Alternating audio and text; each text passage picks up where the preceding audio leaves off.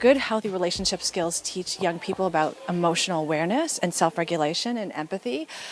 Teach them about what it is to be a good friend on and offline, what it is to be a good friend, and what that looks like and what a good relationship feels like, and giving them that opportunity to practice in a safe environment with their peers and with their teacher. How to behave in relationships. So get them to practice scenarios that are very realistic for them. It's more than just didactic teaching. Information alone is not going to change behavior for young people.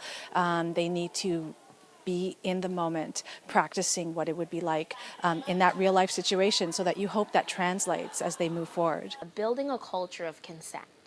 And that was, I think, unanimous around our team, is really looking at what consent culture means. And not just in a romantic relationship, but how do you teach consent to a 5-year-old, to a 3-year-old? How do they have autonomy over their own body? And saying like, no, that doesn't feel right, or I don't want a kiss or a hug right now.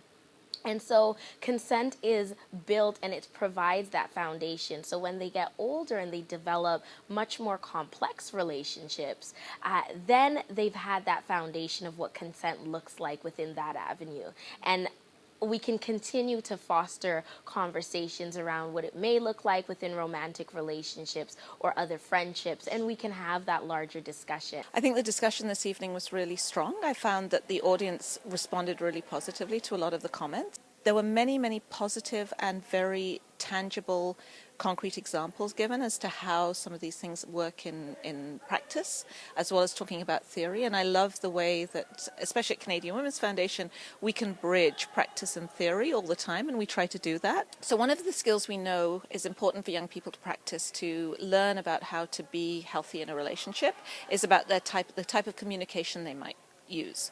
So several of the programs actually talk about the 3 main types of communication: assertive communication, which is the one we all want to work towards, aggressive communication, and passive communication.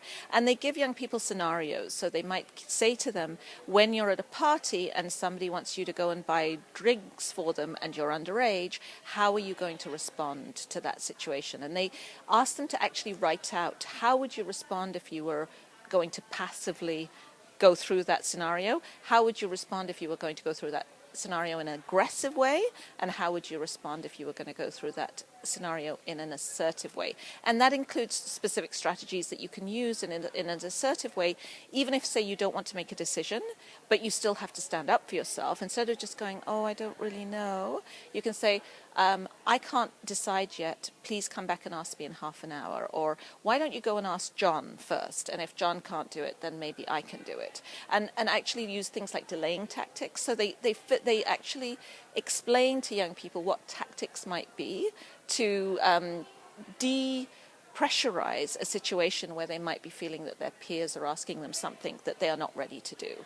And that's important when you're establishing boundaries. It's important when you're learning about how to really be true to your own values. And it's important when young people know they have to stay safe and don't always know how to stay safe. Those are tactics that they can be using, and they're taught in the programs.